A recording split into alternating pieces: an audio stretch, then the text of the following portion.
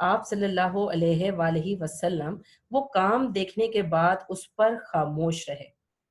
تو خاموش رہنے کا مطلب تھا کہ آپ صلی اللہ علیہ وآلہ وسلم کو اس کام پر کوئی اعتراض نہیں۔ اگر آپ صلی اللہ علیہ وآلہ وسلم کو اس کام پر کوئی اعتراض نہیں تو اس کا واضح طور پر یہی مطلب بنتا ہے کہ دین اسلام میں یا اسلام کی جو شریعت ہے اس میں وہ کام کرنے کی اجازت دی گئی ہے۔ لہٰذا آپ صلی اللہ علیہ وآلہ وسلم کی خاموشی اس چیز پر دلالت کرتی ہے کہ آپ صلی اللہ علیہ وآلہ وسلم نے مسلمانوں کو وہ کام کرنے کی اجازت دی۔ اسی طرح بعض اوقات ایسا بھی ہوا کہ آپ کے سامنے کوئی کام کیا گیا تو آپ صلی اللہ علیہ وآلہ وسلم نے اس پر پسندیدگی کا اظہار فرمایا کہ آپ صلی اللہ علیہ وآلہ وسلم نے اسے منع کر دیا۔ لہٰذا حدیث کی تینوں اقسام ہمارے پاس قولی، فعلی اور اقراری آتی ہیں، یعنی وہ باتیں جو رسول پاک صلی اللہ علیہ وآلہ وسلم کی زبان مبارک سے ادا ہوئیں اور صحابیہ کرام نے اور صحابہ کرام نے ان چیزوں کو اپنے پاس محفوظ کر لیا، اپنی یادداشت میں محفوظ کر لیا یا تحریر میں محفوظ کر لیا، یہ چیز حدیث قولی ہے۔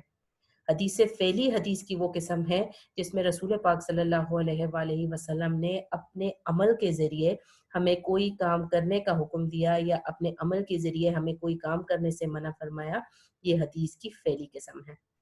جبکہ حدیث اقراری حدیث کی وہ قسم ہے جس میں رسول پاک صلی اللہ علیہ وآلہ وسلم کے سامنے کوئی کام کیا گیا تو آپ صلی اللہ علیہ وآلہ وسلم نے اس پر خاموشی اختیار کر لی لیکن منع نہیں فرمایا۔ اس سے ظاہر ہوتا ہے کہ رسول پاک صلی اللہ علیہ وآلہ وسلم نے اس کام کی اجازت دی۔ یہ حدیث کی اقراری قسم ہے۔ اب ہم آ جاتے ہیں تدوین حدیث میں۔ ویسے تو تدوین حدیث کے 3 اہم ادوار ہیں، لیکن عہد نبوی صلی اللہ علیہ وآلہ وسلم میں ہی تدوین حدیث کی یا حفاظت حدیث کی ابتدا ہو چکی تھی۔ ہم بہت اچھے طریقے سے جانتے ہیں کہ احادیث مبارکہ کا قولی حصہ صحابہ کرام رضی اللہ تعالیٰ عنہ نے اپنی یادداشت میں، اپنے حافظے میں محفوظ رکھا تھا اور اس کے عملی حصے پر فوری طور پر عمل درآمد شروع کر دیا تھا۔ اس کے ساتھ ساتھ رسول پاک صلی اللہ علیہ وآلہ وسلم نے مختلف قبائل کو تحریری ہدایات، خطوط کے جوابات اور مدینہ منورہ کی مردم شماری کے جو کاغذات تھے، یہ تمام کے تمام دستاویزات رسول پاک صلی اللہ علیہ وآلہ وسلم نے خود قلم بند کروائے۔ اس کے ساتھ ساتھ رسول پاک صلی اللہ علیہ وآلہ وسلم نے مشہور بادشاہوں کے نام جو بہت سی تحریریں لکھوائیں، وہ بھی تاریخ کا حصہ ہے۔ اس کے بعد باضابطہ طور پر تدوین حدیث کے جو 3 ادوار ہیں ان کو ایک نظر دیکھ لیتے ہیں۔ سب سے جو پہلا دور ہے وہ ہے عہد صحابہ۔ تو ہم بہت اچھے طریقے سے جانتے ہیں کہ بعض صحابہ نے رسول پاک صلی اللہ علیہ وآلہ وسلم کی زندگی میں ہی احادیث تحریر کر دی تھیں، لہٰذا تدوین حدیث کا کام عہد رسالت ہی میں شروع ہو گیا تھا۔ آپ صلی اللہ علیہ وآلہ وسلم کے اس دنیا سے پردہ فرما جانے کے بعد اسلام کے ابتدائی عہد میں احادیث نبوی صلی اللہ علیہ وآلہ وسلم کے جو صحیفے لکھے گئے ان کے تاریخی ثبوت آج بھی موجود ہیں، اور ان صحیفوں میں حضرت علی رضی اللہ تعالیٰ عنہ کا صحیفہ بھی شامل ہے جس میں بہت سے احکام و مسائل درج ہیں۔ اس کی بیشتر احادیث مبارکہ صحیح بخاری کے مختلف ابواب میں موجود ہیں۔ پھر ہمارے پاس آ جاتا ہے تدوین حدیث کا دوسرا دور، اور تدوین حدیث کا دوسرا دور شروع ہوتا ہے تب جب حضرت عمر بن عبدالعزیز 99 ہجری میں یہ دیکھتے ہیں کہ صحابہ کرام رضی اللہ تعالیٰ عنہ جن کی یادداشت میں احادیث مبارکہ کا ایک بڑا ذخیرہ موجود ہے، ایک ایک کر کے اس دنیا سے رخصت ہوتے جا رہے ہیں۔ حضرت عمر بن عبدالعزیز کو خدشہ ہوتا ہے کہ کہیں ایسا نہ ہو کہ ان اہل علم کے اٹھنے کے ساتھ علوم حدیث بھی اس دنیا سے اٹھ جائیں۔ لہٰذا آپ تمام ممالک کے علماء کے نام ایک فرمان بھیجتے ہیں کہ احادیث نبوی صلی اللہ علیہ وآلہ وسلم کو تلاش کر کے جمع کر لیا جائے۔ اس حکم کی تعمیل میں کوفہ کے امام، مدینہ کے امام اور شام کے امام بڑھ چڑھ کر حصہ لیتے ہیں اور بہت سی تصانیف وجود میں آتی ہیں۔ اس کے ساتھ ساتھ صحابہ کرام رضی اللہ تعالیٰ عنہ کے شاگرد جنہوں نے براہ راست رسول پاک صلی اللہ علیہ وآلہ وسلم کے صحابہ کرام سے تعلیم حاصل کی تھی، وہ بھی اس جمع و تدوین حدیث میں بھرپور حصہ لیتے ہیں۔ پھر آ جاتا ہے ہمارے پاس تدوین حدیث کا تیسرا دور، جب تیسری صدی ہجری میں علم حدیث کا ایک شعبہ پایہ تکمیل کو پہنچتا ہے۔ محدثین حدیث کی تلاش اور اس کی جستجو میں دنیا اسلام کا کونا کونا چھانتے ہیں اور تمام بکھری ہوئی روایات کو جمع کرتے ہیں۔ مستند احادیث کو الگ کیا جاتا ہے، صحت سند کو لازمی قرار دیا جاتا ہے۔ اس طرح آج ہمارے پاس صحائح ستہ جیسی بیش قیمت کتابیں تصنیف ہوتی ہیں جو دور جدید کا کوئی بھی مسلمان بغیر کسی شک اور شبے کے استعمال کر سکتا ہے۔ ان احادیث کی کتابوں سے رہنمائی حاصل کرتا ہے، کیونکہ دور جدید کا ایک بہت بڑا مسئلہ جس کا مسلمانوں کو سامنا کرنا پڑ رہا ہے وہ یہ ہے کہ بہت ساری چیزیں انٹرنیٹ پر غلط بھی دستیاب ہیں۔ لہٰذا ضرورت ہے اس امر کی کہ ہمارے پاس مستند ترین احادیث کا ذخیرہ موجود ہو۔ تو تدوین حدیث کے 3 ادوار میں بہت سی تحقیق اور جستجو کے بعد 6 کتابیں جو تحریر کی گئیں، جن پر تمام طبقہ فکر کے علماء متفق ہیں کہ یہ احادیث واقعی رسول پاک صلی اللہ علیہ وآلہ وسلم سے تعلق رکھتی ہیں، آج مسلمانوں کے پاس کتابی صورت میں موجود ہیں۔ تدوین حدیث کے 3 ادوار سے گزرنے کے بعد آج مسلمانوں کے پاس صحائح ستہ جیسی 6 عظیم کتابیں، 6 نادر قیمتی کتابیں موجود ہیں، جن میں رسول پاک صلی اللہ علیہ وآلہ وسلم کی احادیث کا ذخیرہ موجود ہے، اور تمام طبقہ فکر کے مسلمان ان کتابوں سے استفادہ حاصل کر سکتے ہیں کسی بھی قسم کے شک و شبے کے بغیر۔ تو ان 6 کتابوں کے نام اور ان کے مصنفین کے نام میں ایک مرتبہ آپ کے سامنے دہرا دیتی ہوں، آپ کو اپنے سامنے یہ اسکرین پر لکھے ہوئے بھی دکھائی دے رہے ہیں۔ پہلی کتاب ہے صحیح بخاری، جسے تحریر کیا ہے امام ابو عبداللہ محمد بن اسماعیل بخاری رحمۃ اللہ علیہ نے۔ دوسری کتاب ہے صحیح مسلم، جسے تحریر کیا ہے امام مسلم بن حجاج بن مسلم کشتیری رحمۃ اللہ علیہ نے۔ تیسری کتاب ہے جامع الترمذی، جسے تحریر کیا ہے امام ابو عیسیٰ محمد بن عیسیٰ الترمذی رحمۃ اللہ علیہ نے۔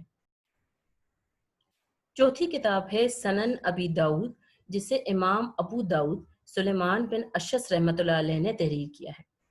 پانچویں کتاب سنن النسائی، جسے امام عبد الرحمن احمد بن علی النسائی رحمۃ اللہ علیہ نے تحریر کیا ہے، جبکہ چھٹی کتاب ہے سنن ابن ماجہ، جسے امام ابو عبداللہ محمد بن یزید ابن ماجہ القزوینی رحمۃ اللہ علیہ نے تحریر کیا ہے۔ اس کے بعد ہم آ جاتے ہیں حدیث رسول صلی اللہ علیہ وآلہ وسلم کی دینی حیثیت پر۔ تو اللہ تعالیٰ ارشاد فرماتا ہے، من یطیع الرسول فقد اطاع اللہ۔ ترجمہ، جس نے رسول صلی اللہ علیہ وآلہ وسلم کی اطاعت کی، اس نے بے شک اللہ کی اطاعت کی۔ حدیث نبوی صلی اللہ علیہ وآلہ وسلم ہے، اللہ تعالیٰ اس شخص کو خوش و خرم رکھے جس نے میری حدیث کو سنا، پھر اس کو یاد کیا، پھر اس طرح آگے پہنچایا جیسے سنا تھا۔ لہٰذا ہم میں سے ہر ایک مسلمان کا یہ عقیدہ ہے کہ قرآن مجید ہمارے پاس ہدایت حاصل کرنے کا سب سے بڑا ذریعہ ہے، اور قرآن مجید کے بعد مسلمانوں کے پاس ہدایت حاصل کرنے کا جو سب سے بڑا ذریعہ ہے وہ احادیث نبوی صلی اللہ علیہ وآلہ وسلم ہے، کیونکہ رسول پاک صلی اللہ علیہ وآلہ وسلم کی احادیث قرآن مجید کی عملی تفسیر ہے۔ حدیث کی اہمیت سے آگاہی حاصل کرنے کے بعد اب ہم ایک نظر ڈال لیتے ہیں کہ امتحانی پرچے میں جب حدیث والا سوال حل کرنے کے لیے دیا جائے تو اس کو حل کرنے کا تحریری طریقہ کیا ہوگا۔ تو ایک بات یاد رکھیے کہ جب بھی حدیث والا سوال آپ حل کریں تو 3 ہیڈنگز یا 3 سرخیاں لازمی ڈالیے۔ پہلی سرخی ترجمہ، دوسری تشریح، جبکہ تیسری سرخی ہوگی حدیث کا عملی زندگی سے تعلق۔ جب آپ پہلی سرخی ڈالیں گے جو کہ ہے ترجمہ، تو اس سرخی کے اندر آپ نے لکھنا ہوتا ہے کہ جو حدیث آپ کو حل کرنے کے لیے دی گئی ہے، اس حدیث کا اس کے جو عربی الفاظ ہیں اس کا اردو زبان میں ترجمہ کیا ہوگا۔ ترجمہ لکھنے کے لیے یہ شرط ہوتی ہے کہ آپ اپنی طرف سے ترجمہ لکھتے وقت الفاظ کا اضافہ نہیں کر سکتے، اسی طرح سے الفاظ میں کمی نہیں کی جا سکتی، الفاظ کا ہیر پھیر نہیں کیا جا سکتا، ایسا ہیر پھیر جو معنی میں مفہوم میں فرق لے آئے۔ دوسری آپ سرخی ڈالیں گے یا دوسری آپ ہیڈنگ ڈالیں گے تشریح۔ تشریح یاد رکھیے گا کہ تشریح 1 سے 1.5 صفحے پر مشتمل ہوتی ہے، اور اس 1 سے 1.5 صفحے میں آپ ترجمے کی جو حدیث ہے، حدیث کا جو ترجمہ آپ نے تحریر کیا، یا حدیث میں جتنے بھی اہم الفاظ موجود ہیں، جو بات سمجھائی گئی ہے آپ کو، اس کی تفصیلاً وضاحت تحریر کریں گے۔ اس کے ساتھ ساتھ جو آپ وضاحت لکھ رہے ہیں، اپنی وضاحت کو باوانی بنانے کے لیے، باوزن بنانے کے لیے دلیلیں دیں گے آپ اس میں، اور دلیل دیتے ہوئے اس بات کا خاص طور پر خیال رکھیے کہ حوالہ جات بھی ضرور تحریر کریں۔ تشریح تحریر کرتے ہوئے جو آپ حوالہ جات استعمال کر سکتے ہیں، وہ کسی قرآنی آیت کا ترجمہ، رسول پاک صلی اللہ علیہ وآلہ وسلم کی کسی اور حدیث کا ترجمہ، یا اس کے ساتھ ساتھ اس قسم کے اشعار بھی آپ لکھ سکتے ہیں حوالہ جات کے طور پہ، کہ جو بات آپ وضاحت کرنے کی کوشش کر رہے ہیں وہ اس سے مطابقت رکھتے ہوں۔ اس کے بعد آپ تیسری اور اہم سرخی ڈالیں گے، جس کا نام ہوتا ہے یا جو عنوان ہوتا ہے اس کا، حدیث کا عملی زندگی سے تعلق۔ حدیث کے عملی زندگی سے تعلق میں آپ بتاتے ہیں کہ جس حدیث کا ترجمہ آپ نے تحریر کیا اور آپ جس کی وضاحت بھی کر کے آ چکے ہیں، ہم اسے اپنی عملی زندگی میں، اپنی عام زندگی میں کس طریقے سے ہم اس حدیث کا اطلاق کر سکتے ہیں، ہم کس طریقے سے اپلائی کر سکتے ہیں اس حدیث کی ہماری عملی زندگی میں، اپلیکیشن کس طریقے سے ہو سکتی ہے، کیونکہ یاد رکھیے گا کہ ایسا علم جس پر عمل نہ کیا جائے بے فائدہ ہوتا ہے۔ تو اس ہیڈنگ میں آپ نے بتانا ہوتا ہے، صرف 4 سے 5 سطروں میں، 3 سے 4 سطروں میں بھی آپ تحریر کر سکتے ہیں، اور آپ نے یہ بتانا ہوتا ہے کہ جس حدیث کا آپ نے ترجمہ اور تشریح تحریر کی ہے، اس حدیث سے آپ اپنی عملی زندگی میں کس طرح سے فائدہ اٹھا سکتے ہیں۔ تو یہ 3 جو سرخیاں ہیں یا جو 3 ہیڈنگز ہیں، جب بھی سوال نامہ آپ کو دیا جائے، پرچہ آپ کو دیا جائے، آپ حل کرنے لگیں، تو یہ 3 ہیڈنگز لازمی طور پر ڈالیے، کیونکہ انہی 3 ہیڈنگز کی بنا پر نمبروں کی تقسیم بھی کی جاتی ہے۔ حدیث مبارکہ کے تعارف کے بعد اب ہم اپنے آج کے سبق کی ابتدا کرتے ہیں، جس کا عنوان ہے حدیث نمبر 3۔ رسول پاک صلی اللہ علیہ وآلہ وسلم نے ارشاد فرمایا، خیرکم من تعلم القرآن وعلمہ۔ ترجمہ: تم میں سے بہتر وہ ہے جس نے قرآن سیکھا اور اسے دوسروں کو سکھایا۔ اب ہم اس حدیث مبارکہ کی تشریح کر لیتے ہیں۔ اس حدیث مبارکہ میں کلام الہی یعنی قرآن مجید کے بارے میں فرمایا گیا ہے کہ تمام انسانوں میں سے بہترین انسان وہ ہیں جو کہ قرآن مجید سیکھتے ہیں اور اسے دوسروں کو سکھاتے ہیں۔ ہم جانتے ہیں کہ قرآن مجید کلام الہی ہے،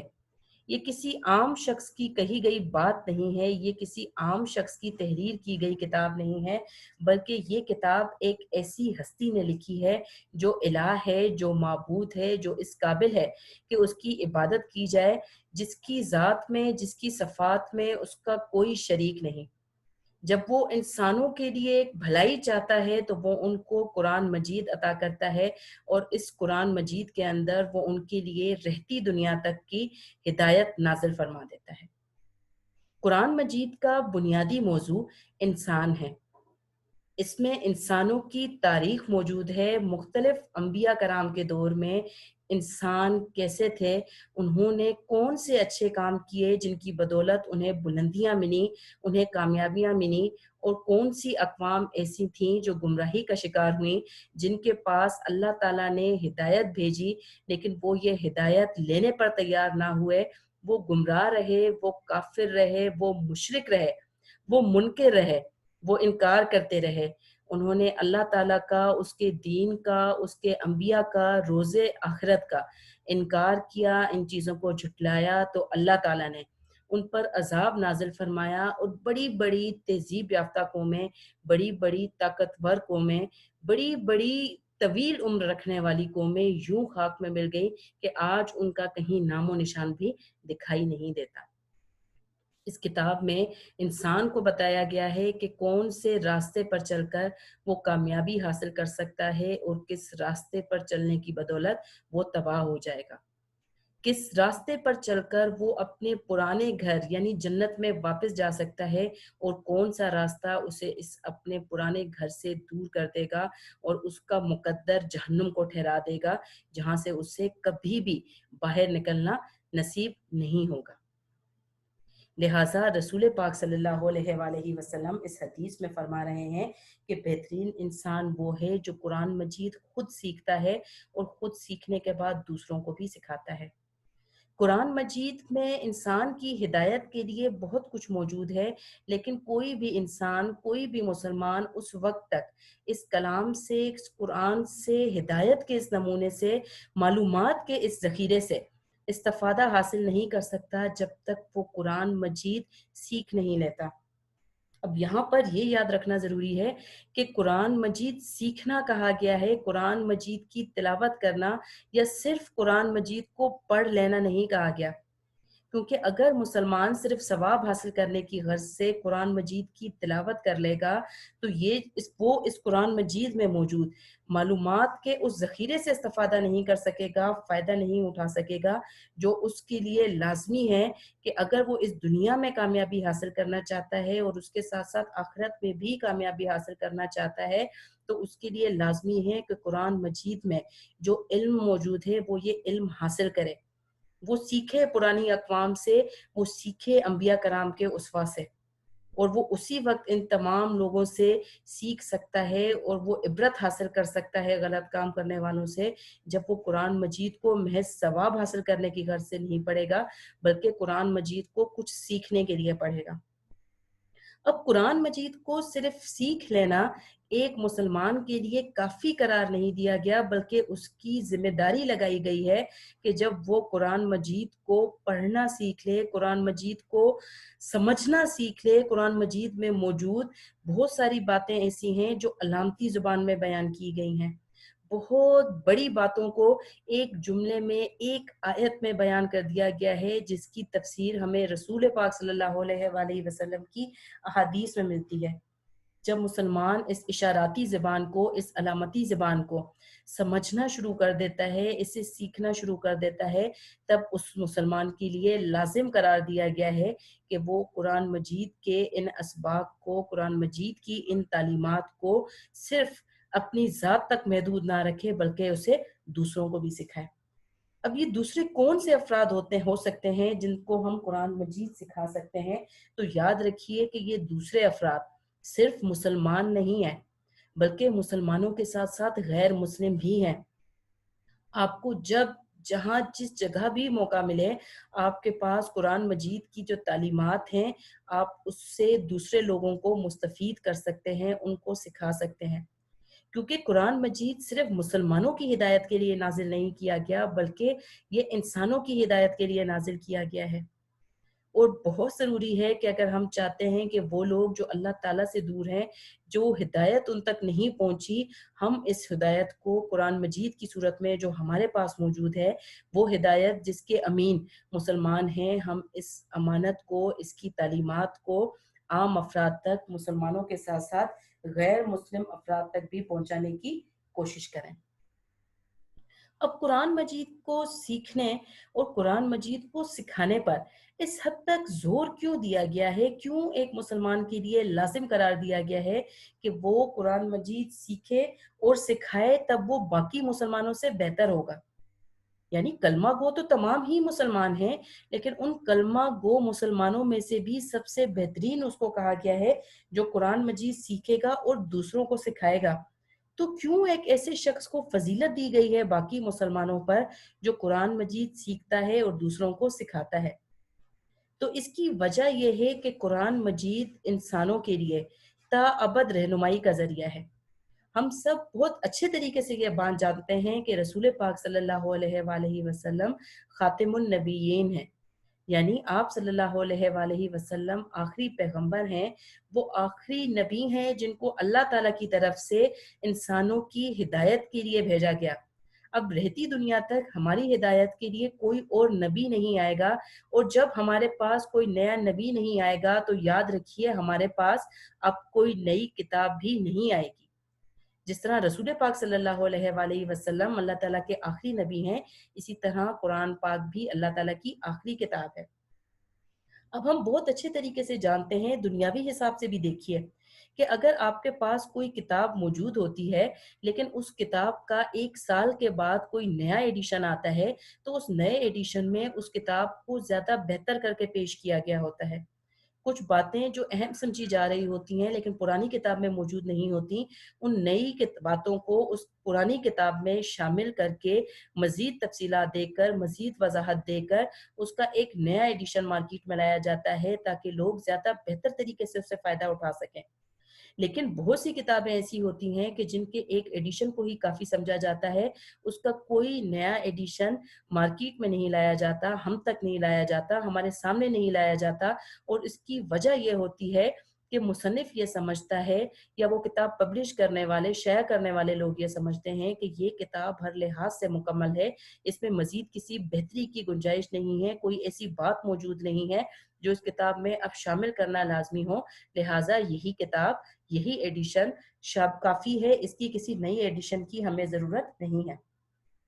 تو یاد رکھیے گا کہ قرآن مجید بھی ہمارے پاس اللہ تعالیٰ کی طرف سے جو نازل کردہ کتابیں ہیں ان کا لیٹسٹ ایڈیشن ہے، اور یہ فائنل ایڈیشن ہے۔ اس کتاب کے اندر اللہ تعالیٰ نے ہر لحاظ سے نوع انسانی کے لیے مکمل ہدایات بھیج دی ہیں، اس کے اندر تحریر کر دی ہیں، اس کے اندر کسی قسم کی کوئی کمی نہیں چھوڑی گئی، اس کے اندر کسی بھی قسم کی کوئی بیشی نہیں ہے، کوئی کمی نہیں ہے جس کی وجہ سے اس کتاب میں کچھ تبدیلی کر کے کوئی اور نبی بھیجا جاتا، کوئی اور کتاب نازل کی جاتی۔ اب چونکہ کوئی نئی کتاب مسلمانوں کی رہنمائی کے لیے نہیں آئے گی اور قرآن مجید ہی وہ آخری کتاب ہے جو مسلمانوں کی رہنمائی کرے گی، تو یاد رکھیے گا یہ وہ کتاب ہے جو روز قیامت تک آپ کی، میری اور ہمارے جیسے دوسرے انسانوں کی رہنمائی کا ذریعہ ہے۔ اس کتاب میں جو تعلیمات موجود ہیں وہ جامع ہیں، اس کتاب کے اندر آپ کے اور میرے ہر مسئلے کا حل ہے۔ اس کتاب کے اندر یہ خامی نہیں ہے کہ یہ کتاب جس دور کے لیے لکھی گئی تھی، یعنی آج سے تقریباً 1400 سال پہلے یہ کتاب نازل کی گئی، تو یہ صرف اس کتاب کے اندر اسی زمانے کے موضوعات ہیں یا اسی زمانے کے لوگوں کو جو مسائل درپیش تھے ان کا حل موجود ہے، بلکہ یہ کتاب، اس کتاب کی جو تعلیمات ہیں وہ اتنی جامع ہیں، اتنی مکمل ہیں، اتنی آفاقی ہیں کہ رہتی دنیا تک آپ، میں اور اس دنیا کا ہر انسان اس کتاب سے رہنمائی حاصل کر سکتا ہے۔ آپ کو اور مجھے آج کے جدید دور میں جتنے بھی مسئلے اور مسائل درپیش ہیں، ان تمام مسئلوں کا حل قرآن مجید میں موجود ہے۔ اس کے ساتھ ساتھ یہ کتاب ہمیں صرف دنیاوی تعلیمات کی طرف راغب نہیں کرتی، دنیاوی مسئلوں اور مسائل کا حل نہیں دیتی، بلکہ دنیا کے ساتھ ساتھ یہ کتاب ہماری آخرت میں کامیابی کی بھی ضامن ہے۔ جب بھی ہم قرآن مجید پڑھتے ہیں، قرآن مجید کی تلاوت کرتے ہیں، تو ہمیں اللہ تعالیٰ کی طرف سے وہ ثواب، وہ انعامات عطا فرمائے جاتے ہیں جو اس دنیا کے ساتھ ساتھ ہمارے لیے آخرت میں بھی کامیابی کا سبب بنتے ہیں۔ رسول پاک صلی اللہ علیہ وآلہ وسلم کا ارشاد ہے کہ اللہ تعالیٰ اس کتاب کے ذریعے ایک قوم کو بلند کرتا ہے تو دوسری قوم کو پست کرتا ہے۔ اسی طریقے سے آپ صلی اللہ علیہ وآلہ وسلم نے یہ بھی ارشاد فرمایا کہ ہر مسلمان کو قرآن مجید کی تلاوت کرنی چاہیے، اسے پڑھنا چاہیے، اور یہ قرآن مجید پڑھنے کی وجہ یہ ہوگی کہ قیامت کے روز قرآن مجید سفارش کرے گا ان لوگوں کی جو لوگ یہ قرآن مجید پڑھتے ہوں گے۔ اس کے ساتھ ساتھ اللہ تعالیٰ نے اس کتاب کو پڑھنے پر اس حد تک اجر رکھا ہوا ہے کہ ایک حدیث مبارکہ میں فرمایا جاتا ہے کہ جو شخص بھی قرآن مجید میں سے ایک حرف پڑھتا ہے تو اس کو ایک ہر حرف کے بدلے ایک نیکی ملتی ہے۔ اور یہ جو ایک نیکی عام طور پر کوئی اچھا کام کرنے پر، کوئی نیک کام کرنے پر جو ایک نیکی ملتی ہے، قرآن مجید کی تلاوت کرنے پر، قرآن مجید کا ایک حرف پڑھنے پر اس نیکی کو 10 گنا کر دیا جاتا ہے، یعنی یہ ایک نیکی 10 نیکیوں میں تبدیل ہو جاتی ہے۔ یعنی اگر الف لام میم آپ یہ 3 حروف پڑھتے ہیں نا، تو یہ تینوں ملا کر آپ کے پاس ایک لفظ بن کر ثواب نہیں آتا، بلکہ الف، لام اور میم یہ 3 حروف ہیں، اور ان تینوں میں سے ہر ایک حرف پڑھنے پر آپ کو 10 نیکیاں ملتی ہیں، اور کل ملا کر آپ کے پاس یہ صرف 3 حروف بولنے پر 30 نیکیاں جمع ہو جاتی ہیں۔ تو یاد رکھیے گا کہ قرآن مجید کی تلاوت پر، قرآن مجید کو سیکھنے پر اور قرآن مجید کو سکھانے پر اتنا زیادہ اجر و ثواب ہے کہ آپ کو اور مجھے، ہم میں سے ہر شخص کو کوشش کرنی چاہیے کہ ہم قرآن مجید کو سیکھنے، سکھانے اور اس کی تلاوت کرنے کے لیے اپنی روزمرہ زندگی میں وقت ضرور نکالیں۔ یاد رکھیے گا قرآن مجید کو اس وجہ سے نازل نہیں کیا گیا کہ ہم اسے نہایت قیمتی اور خوبصورت غلاف میں ایک کور میں لپیٹ کر اپنے گھر کی سب سے جو اونچا ہمارے گھر کا شیلف ہے اس میں رکھ دیں، سب سے اونچی دراز میں رکھ دیں۔ نہایت عزت سے اسے رمضان المبارک کے مہینے میں نکالیں، اسے چومیں، اس کی تلاوت کریں اور اسے دوبارہ واپس رکھ دیں۔ بلکہ یہ کتاب اس لیے نازل کی گئی ہے کہ آپ اور میں اس کی تلاوت کر کے فائدہ حاصل کریں اس دن کے لیے جب ایک ایک نیکی حاصل کرنا اتنا مشکل ہوگا کہ والدین اپنی کوئی نیکی اپنی اولاد کو دینے کے لیے، اولاد کوئی اپنی نیکی والدین کو دینے کے لیے تیار نہیں ہوگی۔ اس وقت ہماری یہ جو چھوٹی چھوٹی نیکیاں ہوں گی یہ ہمارے کام آئیں گی، لیکن قرآن مجید پڑھنے پہ تو ہمیں کوئی چھوٹی نیکی نہیں مل رہی، بہت بڑی نیکی مل رہی ہے۔ تو میں مانتی ہوں کہ جو دور جدید ہے یہ بہت مشکل دور ہے، افراتفری کا دور ہے، ہمارے پاس وقت نہیں ہے، ہمیں انٹرنیٹ نے اتنا مصروف کر دیا ہے، دنیاوی رونقوں نے اتنا مصروف کر دیا ہے کہ قرآن مجید کو پڑھنے کے لیے، قرآن مجید کی تلاوت کے لیے ہمارے پاس وقت نہیں رہا۔